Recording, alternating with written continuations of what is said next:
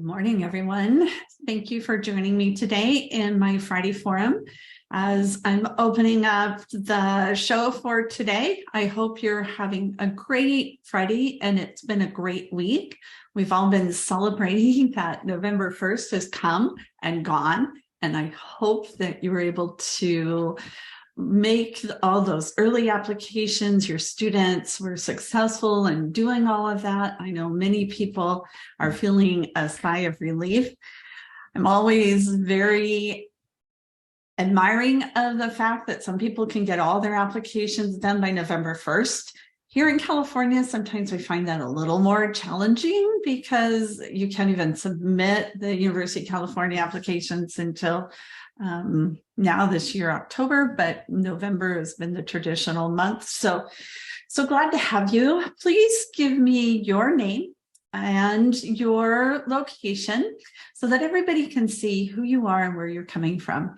My name is Cyndy McDonald. As most of you know, I am get the privilege of offering these Friday forums on twice a month. It's something I started during COVID and have just been so excited to be able to continue doing these over the last couple of years. So I'm glad to see many people joining us, and Jen from Billings, Montana, Culver City, Castro Valley, Santa Cruz, Fremont. It seems like we have a California theme going here. Oh, good. Terry from Tacoma. Many of you I know are very interested in this topic for today. Hopefully you got my email. I just sent it out this morning. I'm not Peter Van Busker. Peter is not able to join us today because he has no voice. So it's a little hard to present and teach when you can't talk. So we've flipped things around. He is going to be doing his presentation on financial aid, who gets what and why, in December. And I was going to do this presentation in December, but we moved it to today. So we've just flipped what we were going to do. It all fits together in terms of how you present and help your families and how we help each other to understand financial aid. I'm glad to see, Monica, we're always glad to have you. I have always been feeling like it's in the middle of the night for you in Geneva, Switzerland. I saw Liz, Marilyn, I'm so sorry. COVID, no fun at all. I know many of you are gathering in San Diego next week for the IECA conference. I'm sure it's going to be a fantastic experience. Even though I'm in California, I'm not going to be able to join you there, but it will be a great experience. IUCA is always a great opportunity to learn and to grow and reconnect with people. So what I'm going to do today is a little different. I also don't have my assistant. Carmen is out doing things for her career, which I totally support. So she's not able to join me today. But what I'm going to do is I'm going to share a presentation with you. So this is something that I'm going to make available. You'll be able to brand it and adapt it, personalize it, add things, but I want to give you a template to start with. And it's about college funding and how that really works from a parent and student perspective. I had a great conversation over the last couple of days with a friend of mine, and she's actually her gym that I've been going to, and she's like, I don't know anything about financial aid. So this presentation is for Gloria. And this is something that you can offer. And I know you're going to have your own clients, your own spin, your own perspective. But my goal is to give you something that you can work with and to come at this from a parent or student perspective. So glad to have you all here today. And I'm sorry I'm not Peter, but we will be having Peter come in December. In 2 weeks, we're going to have Eric Roth come, and he's going to talk about data and how we can use it. That's also been a theme that we've been covering over the last few months in the Friday forums. So Please feel free, as always, to chat with each other. I won't be able to see the chat as I'm going through because I'll be sharing this presentation. Also, please feel free to put questions in, and likewise, I won't be able to answer them, but I'll answer them at the end. So I hope that sounds good. How does that sound to everybody? Does that work for you guys? While you're doing that, I'm going to share my screen. Oh, all right, great. I'm seeing lots of thumbs up. So thank you. Thank you. All right, let me share my screen. And we are going to do this.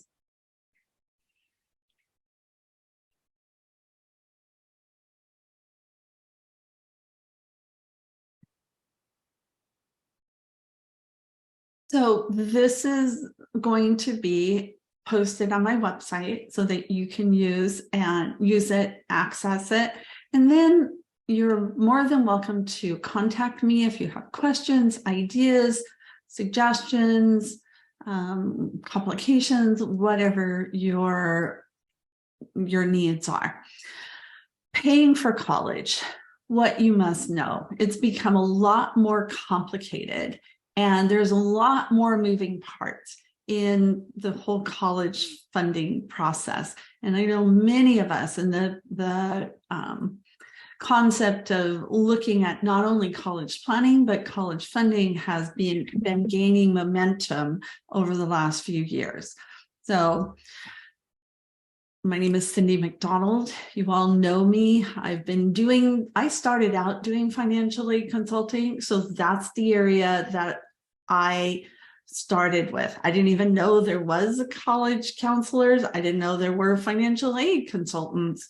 And I don't know if you've heard my story about how I started doing this, but we were living here in the Central Valley in California, and the daughters that babysat, and 2 or 3 girls that babysat for us, and their dad was trying to figure out how to send his 3 daughters to college.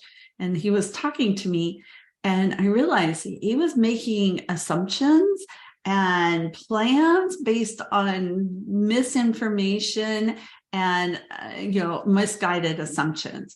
And so I realized if he knew more about how college funding really worked, it might affect his plans. And from there, I started offering financial aid workshops. The very first one I did was through the Farm Bureau here in Tulare County, and they offered it. We used the Farm Bureau meeting room. I had 85 people sign up and come.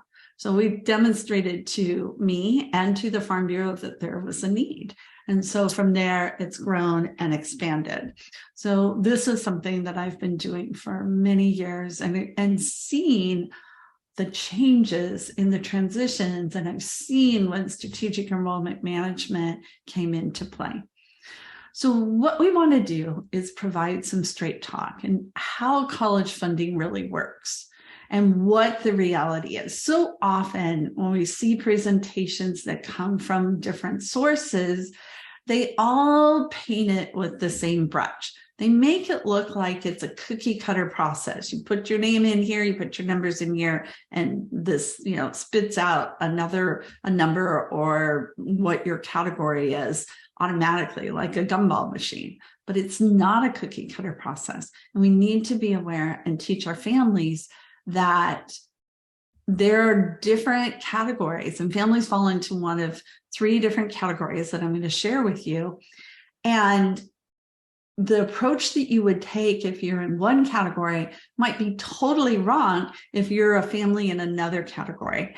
And so understanding those 3 categories is crucial to having the right approach and having a smart approach to your college funding.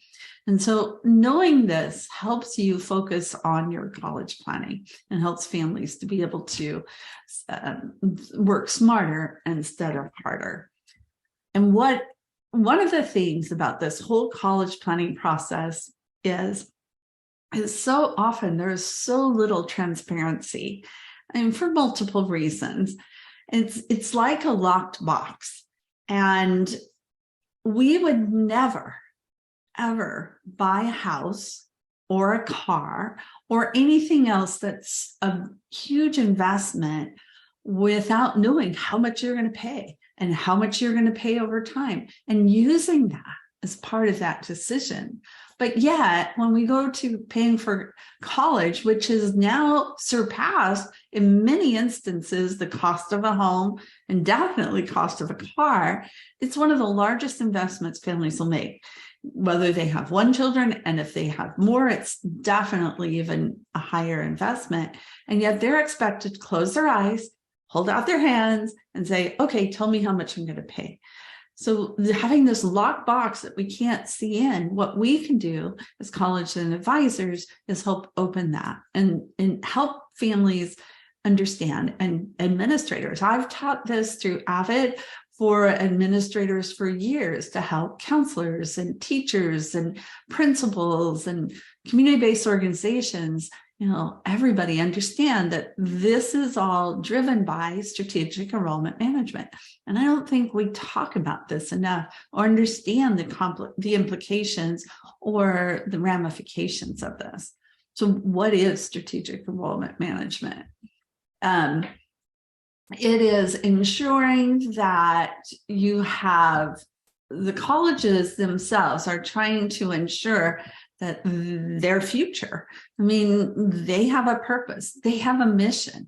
So it's like any business where you create and want to stay true to your vision, stay true to your mission, and provide quality service, quality product for those you serve. So it's not, I don't want to paint this as a bad thing. It's a necessary thing. And I know it saves money and time and effort. And Peter will talk about this in much more detail. But basically, the college strategic enrollment management is taking that college admissions, what is their financial goals, and using those to create that institutional success. Because if you don't have a college, you don't have a place where students can go and learn and grow. So it's based on institution and student success.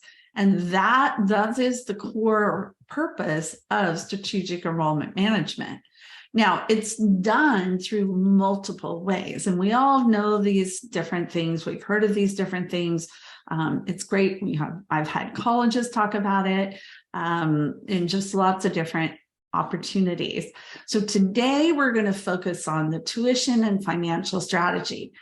A lot of times the other aspect that's important to understand about this is the recruitment and selection of new students, because that's wait list, that's early action, that's yield, and all of those aspects that go into college planning.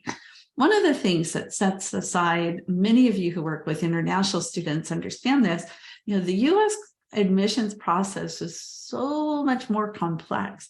There's just so many more layers. These are all layers of an onion that you have to unwrap. And so helping to simplify this down to make it understandable and make it approachable is a key thing that we need to do.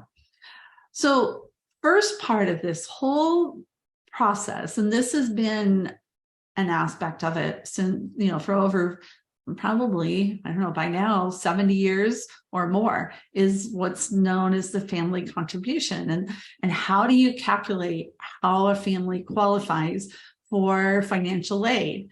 That all goes as part of, that's the whole reason for the family contribution. So what goes into that? And again, we could do a whole webinar just on this slide itself, but for the purpose of today, I just want to talk about what is it? What goes into it? What goes into that calculation?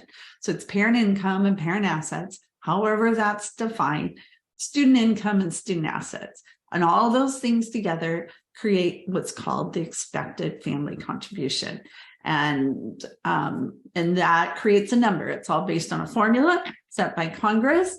And so that is a key part of the whole financial aid process. So once you know what your family contribution is, Then at a college, you can figure out what that cost, what your financial need is. So cost of education, and this is one of those things that most families and most of us, when we're looking at how to pay for college, don't realize it. The cost of education, most parents will look and think, okay, it's the tuition. That's the key thing they look at. And they know room and board, those are costs that go into paying for college. When I went to college, those are the things that I knew I had to figure out how to pay for.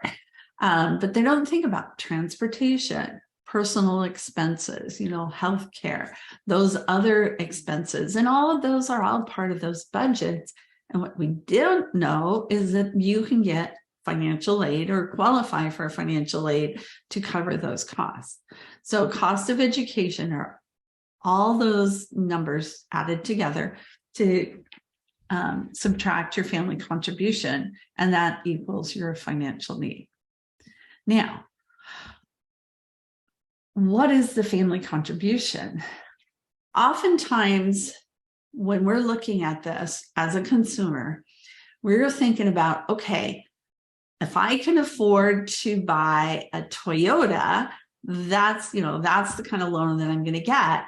But I'd really like to have this, BMW over here, and there's no way I can afford a Maserati. So we think about it from a consumer perspective as what it goes out of our pocket is set up according to how much it costs. So if it costs more money to go to that exclusive private school out there, there's no way I can afford that. I can barely afford the local regional college. And so we're thinking family contribution is pegged to the cost of the school. And so that's a key thing to understand how that process works. Now, right now, the family contribution we know is a family number, not an individual number. And that's the other thing we do as parents and as consumers, we calculate it's like, okay, if this is going to cost me $20,000, $50,000 for one child, and I have three, then I'm going to spend $150,000. And so, we're doing those calculations in our heads, but we don't realize right now the family contribution is a family number, not an individual number. And so if you do have more kids in college than one, right now it gets divided out between the number of students in college. So that family contribution is a constant number. It doesn't go up or down according to the price of the college. And that's a key thing for us to understand because it's not the way we look at it as a consumer. Now, we know too that there's pending federal legislation. It looks like right now things are still staying as the legislation is, although I know there are proposals to amend this legislation, but it would change the legislation of the definition of family contribution. That AFC will become an individual number as opposed to a family number. So you would spend $50,000 on one child and then another $50,000 on another. So we'll see how that plays out over the next year or so. But a family contribution is a constant number. It doesn't go up or down based on the cost of the school. So why does this matter? Why go through this and understand this? How college funding really works. And this is something I know can be very, very impactful. And I've made this presentations at national levels and multiple times. And by going through and just pointing this out, it really brings and drives the point home. So I'm just using a generic perspective. If you do something like this, and you may already do something like this, putting in colleges that your students and families look at, I usually use California colleges. So using regional, public, private, use things that people are familiar with. And right now we're just using some generic numbers. But look at, here you've got the Toyota and the BMW and then the Maserati. So the regional cost covering all those costs is $30,000, $36,000, and $70,000. Now we're going to use an example of the EFC. That EFC is the same at all three schools. And that is key. And we as consumers, we think, oh, if I'm paying 30,000, then I pay 15. If it's 36, I'm going to have to pay 18 or 20. The EFC, as calculated, is going to be the same, because this is how you figure out whether you qualify for need or not. Your need at the regional is going to be 15. Your need at the public is going to be 21. And your need at the private is significant. It's $55,000. Now, I remember when I learned about this, and I was going to the University of Colorado Boulder and had been there for about a year and had been getting financial aid. And I don't know exactly what happened, but I have a feeling that the law changed, just like we're in that process now. And when I first applied for financial aid, I was raised on a cattle ranch. And so the land and the ranch didn't count. So I was getting financial aid. Then when I applied for financial aid again, I didn't get any. So I went into the financial aid office and I said, what's going on here? I don't know why I'm getting financial aid. I need money to be able to come to college. My father had said, yes, Cyndy, you can go to college. My dad never even went to high school. He just went through 9th grade and then later on went in the military. So he never was exposed to college or any higher education. So he always told me, yes, I could go to college, but he wouldn't pay for it. And I knew he wouldn't pay for it. So I knew when I went in that financial aid office that I needed money or I was in trouble. So they looked at it and said, oh, no, that's no problem at all. Your dad has a cattle ranch, so you can borrow money against the ranch and use that to pay for your college. I knew that wasn't happening.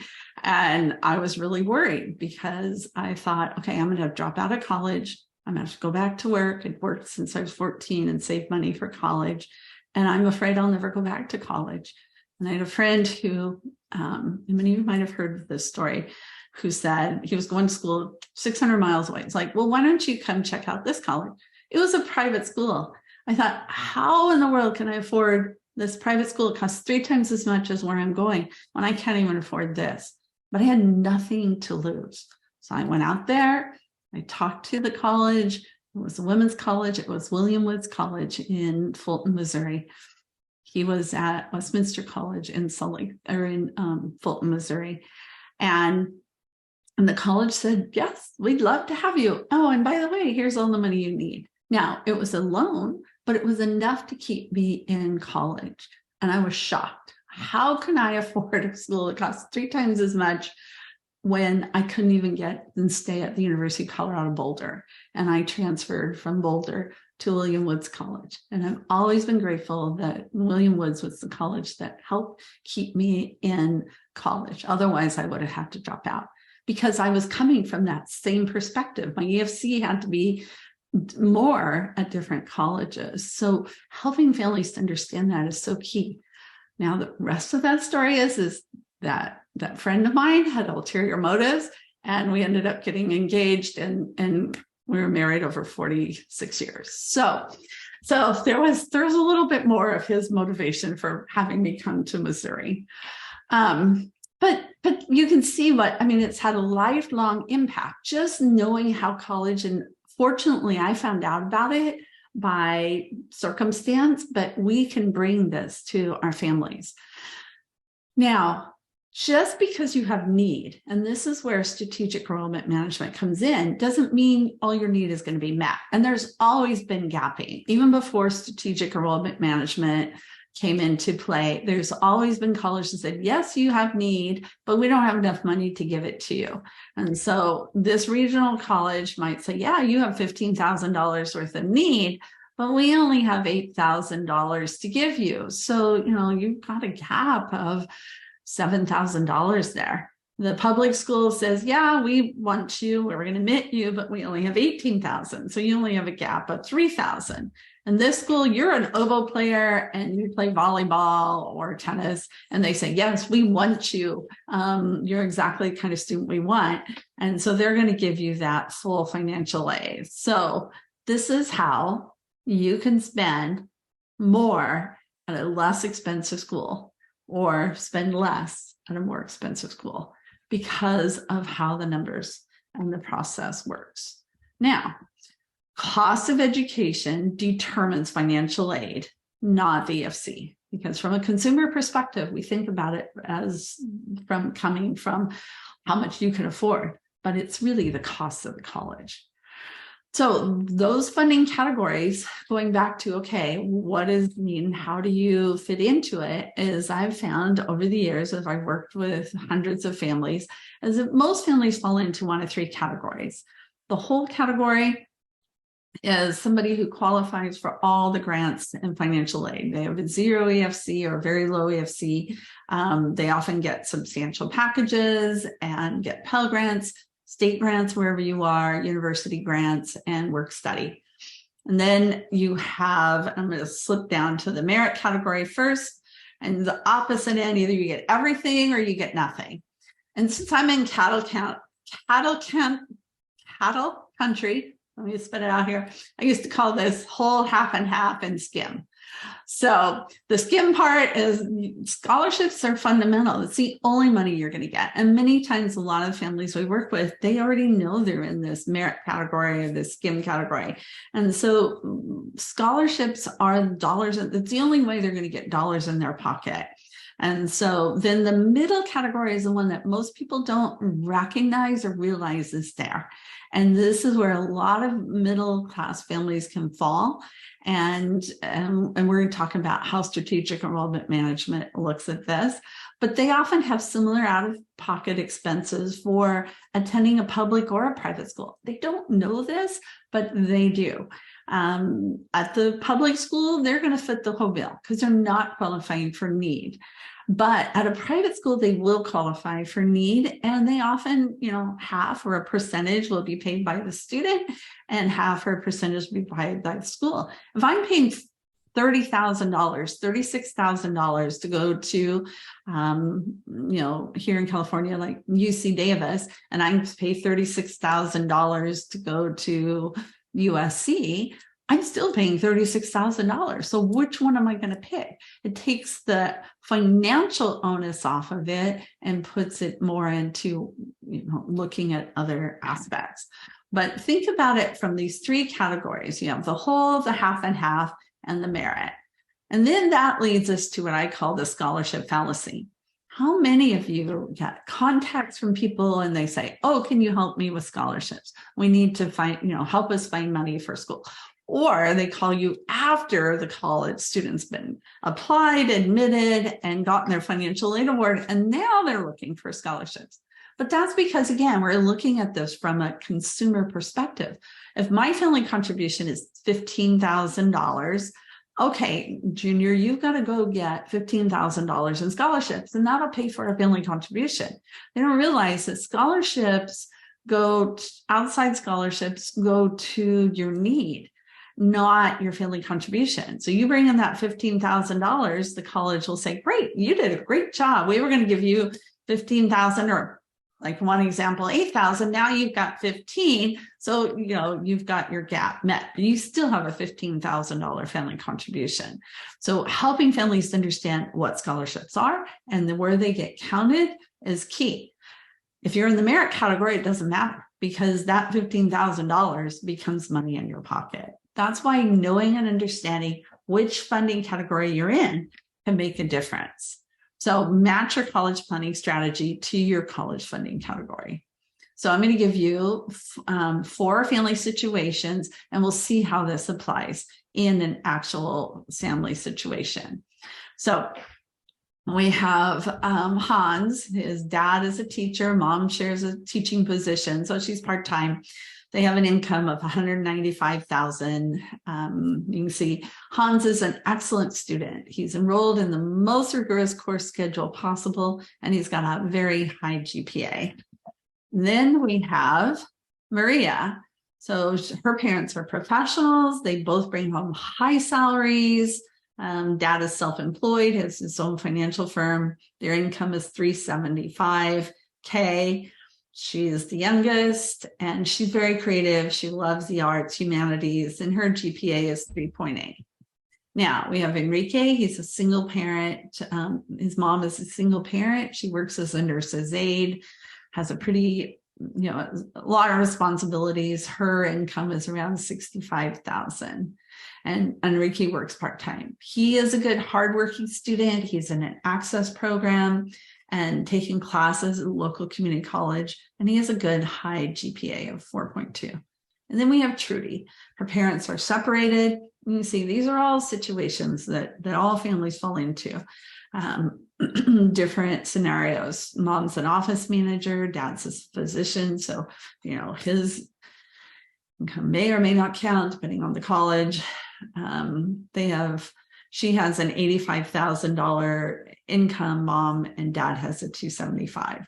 And Trudy's an athlete. She likes college. She's taken college prep, handful of AP. She's got a 3.65 GPA. So also, I would say, again, we can do a whole presentation on different scenarios, income, assets, parents divorced, all those kinds of things.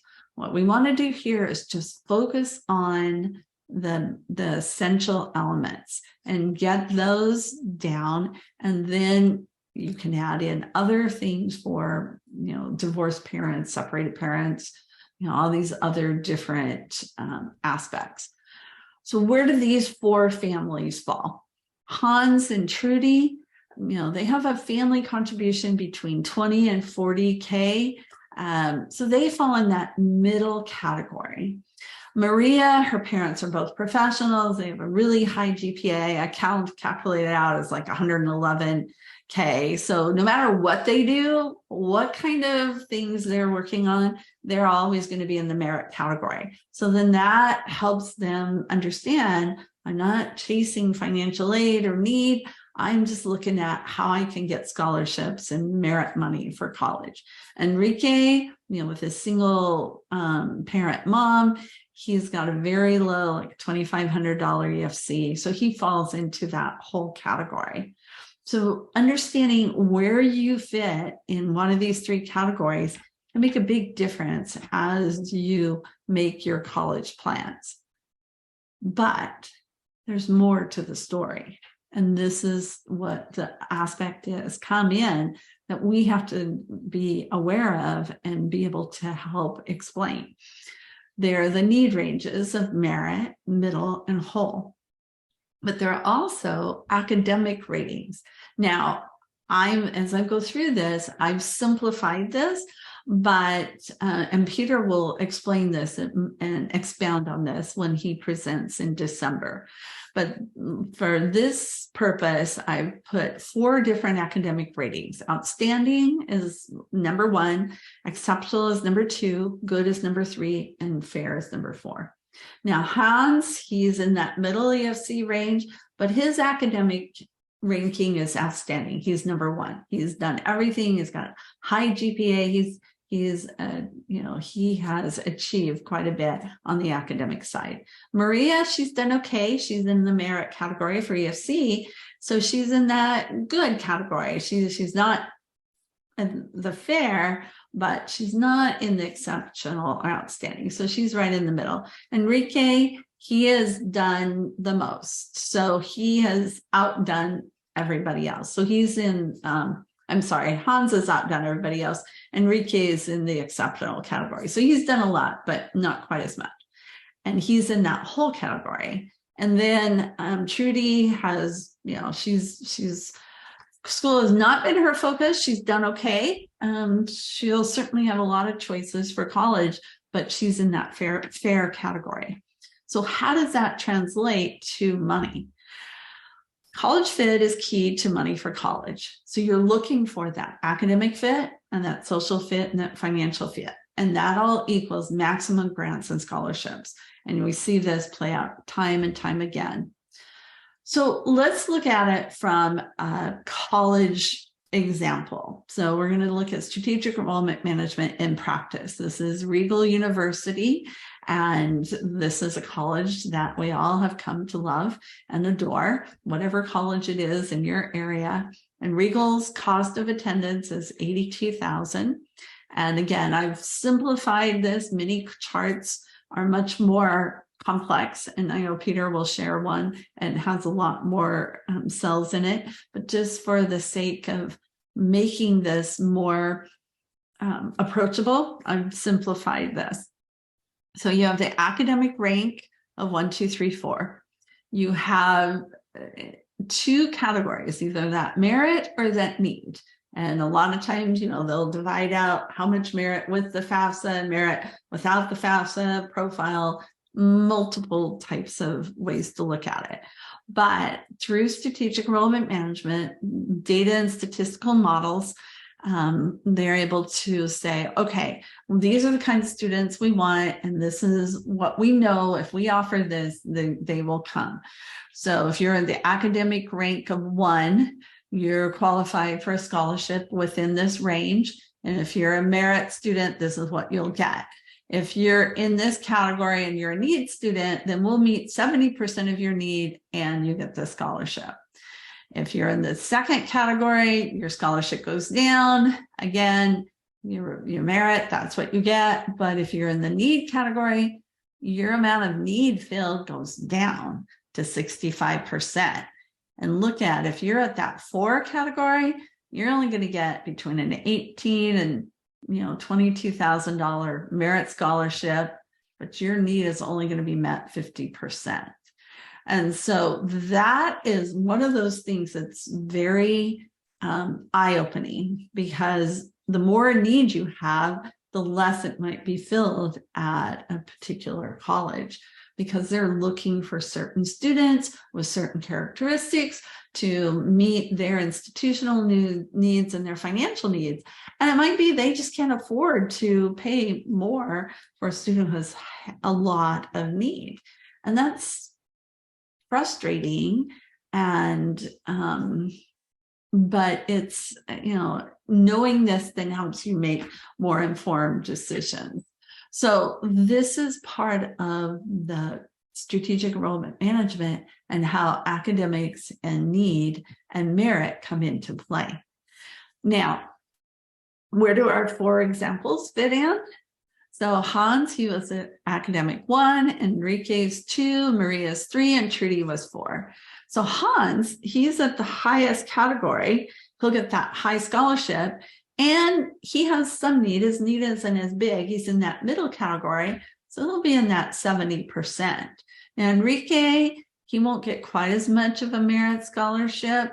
And he has need. He'll be at that 65%. And so this is where, he's an exceptional student and he has a great amount of need, but we're going to have to be careful looking at these more expensive schools and seeing which ones, because he's, and if the college doesn't meet the need through the student loans, if the student loans is not enough, what does it become? It becomes a parent loan. I mean, we've all seen families with $32,000 income and get a $32,000 plus loan offered from a college. I've seen that from the University of Washington multiple times. So that's where knowing and understanding where you fall on your academic rank and how much need is going to be met can make a big difference. Maria, she's that academic 3. She is that merit student. So she'll still get that scholarship. She doesn't have any needs, so she doesn't have money there. And parents will probably be thrilled that she gets into this college and, and still gets a scholarship. And then Trudy, she's at that 4 category and she has some need, but she's only going to be at a 50%. So these are the kinds of charts and the kinds of approaches that many colleges have through strategic enrollment management. So what do we need to do? We need to, and this has been very prevalent over the last few years, is talking about sticker price versus net price. Sticker price is the full cost of college.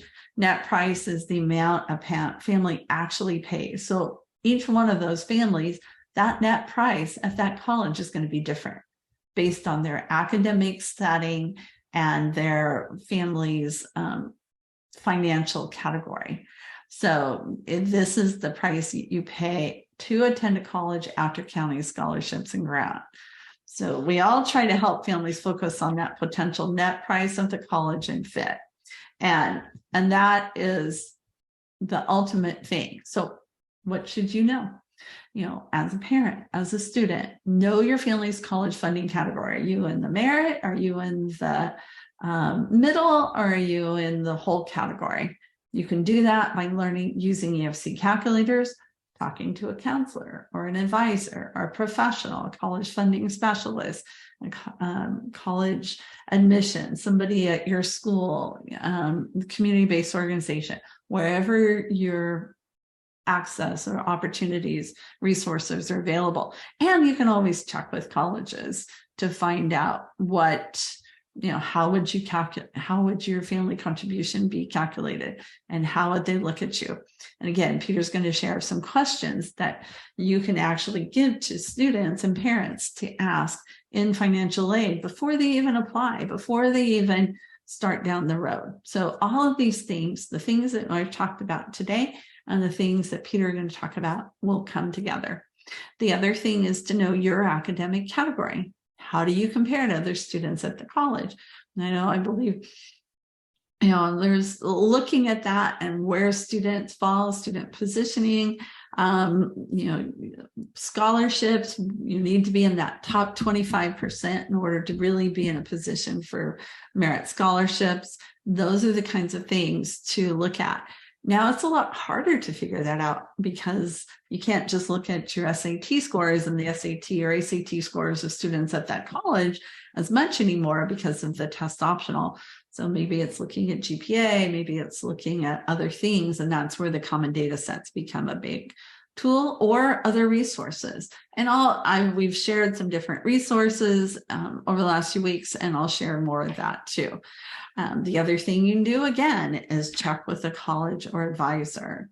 So those are the things that if you do those things, this will help you to plan and have that strategies in place so that you can find those colleges that are going to best fit your needs and the college that really want you. And that's what Peter is all about.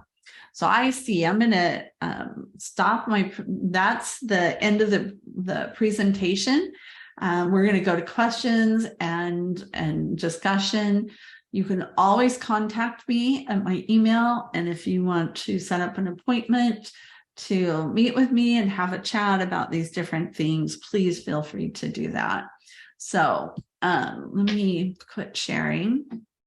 And we've got about 15 minutes. So if you have some thoughts, questions, and comments, let's go ahead and look at this. So let me go to questions first here. So Maria asked, are those going to be loans? A lot of times, the loans, how much loans that the parents will be offered or the student be offered, it depends on your academic rating. And there'll be less loans if you're at that higher academic rating. And if you're at the lower academic rating, sometimes that's all they're offering you. They're not offering you merit scholarships.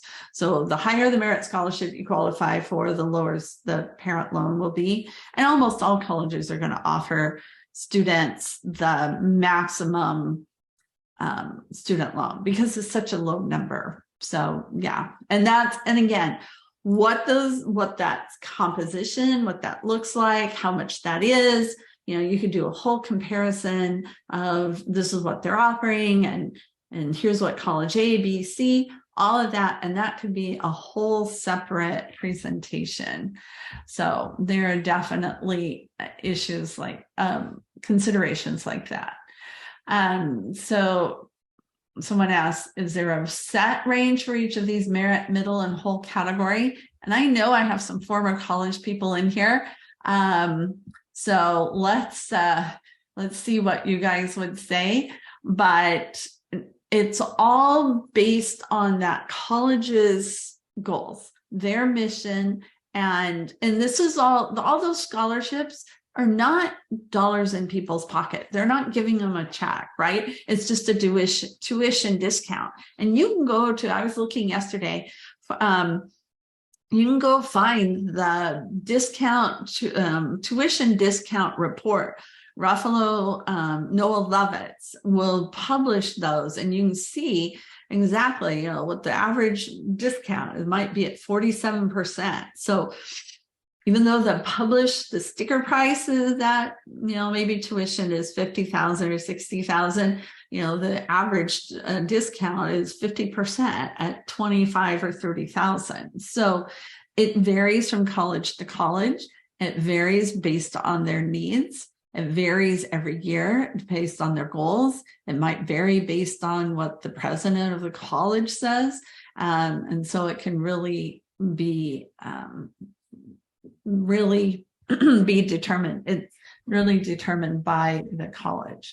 All right. So I see. All right. So Alice says, are there also nuances between FAFSA only schools and CS profile schools for some parents, like home equity? Yes, absolutely. And that's why I didn't really, in this presentation, I don't go into, there's a calculation, a federal calculation and an institutional calculation. You want to be careful of trying to put all the facts all at once in one presentation.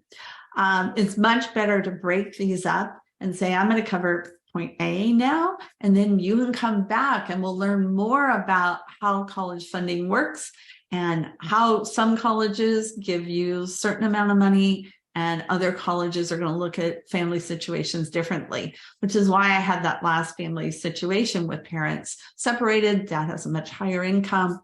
Mom does not. That is going to be a situation that will be affected by the profile for sure.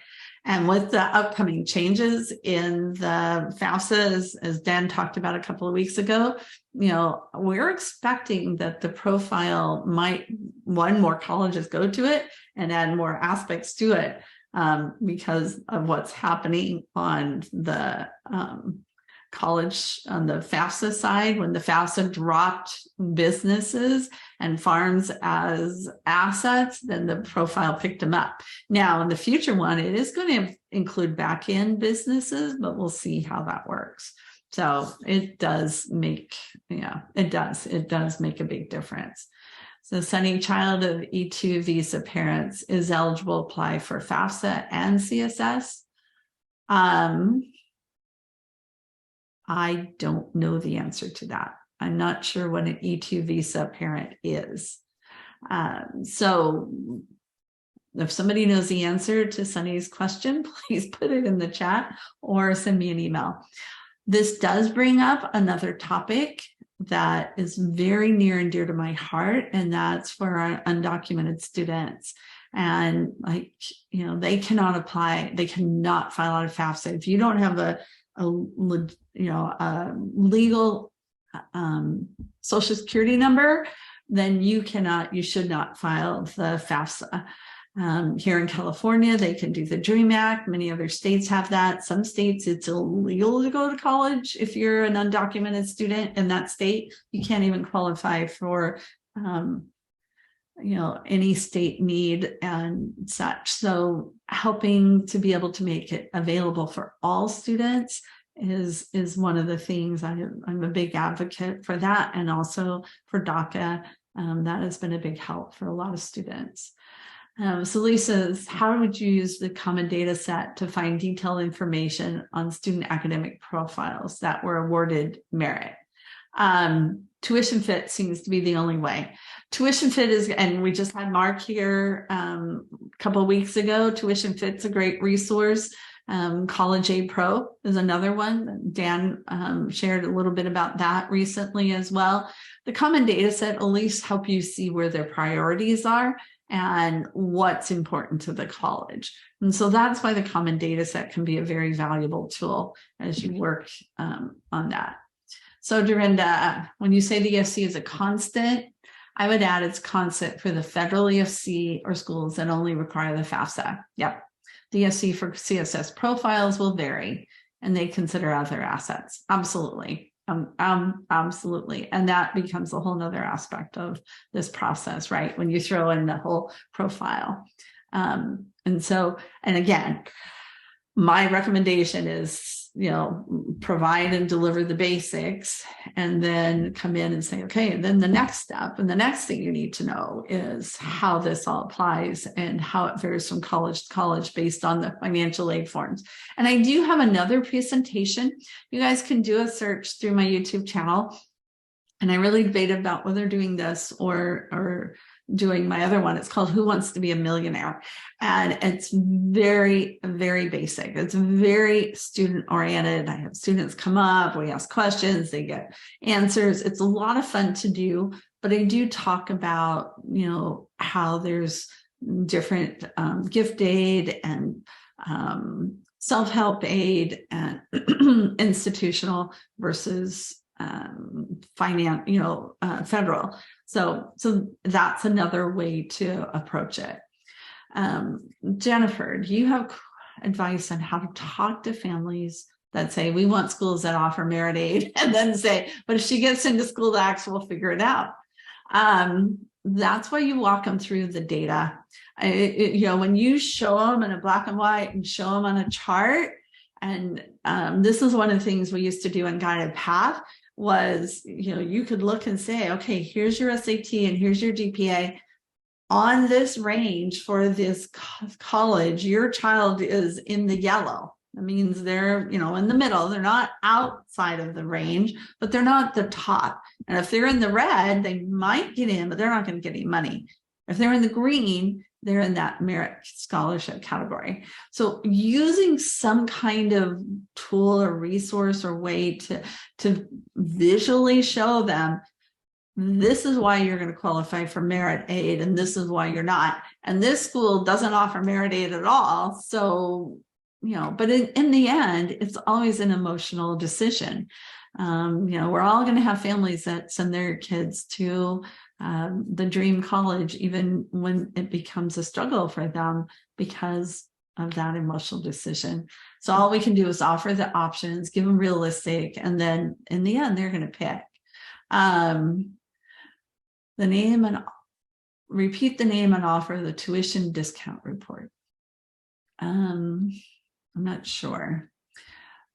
So send if you have questions that I haven't been able to answer, send them to me and I will be able to do that. So, Anerta, I know you're one of my former UCLA students.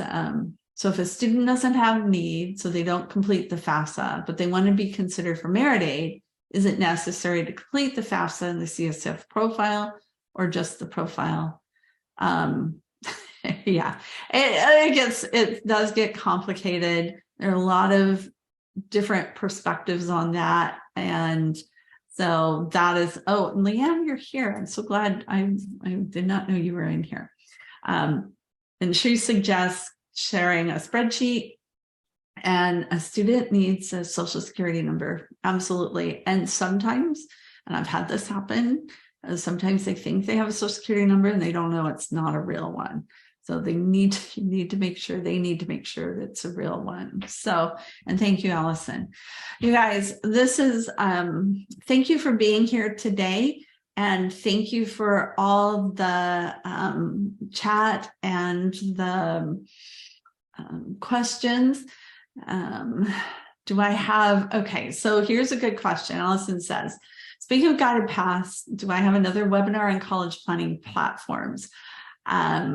Yes, I am going to be offering another webinar, and I'm going to be offering support in whatever technology changes that you want to make or things that you want to look at.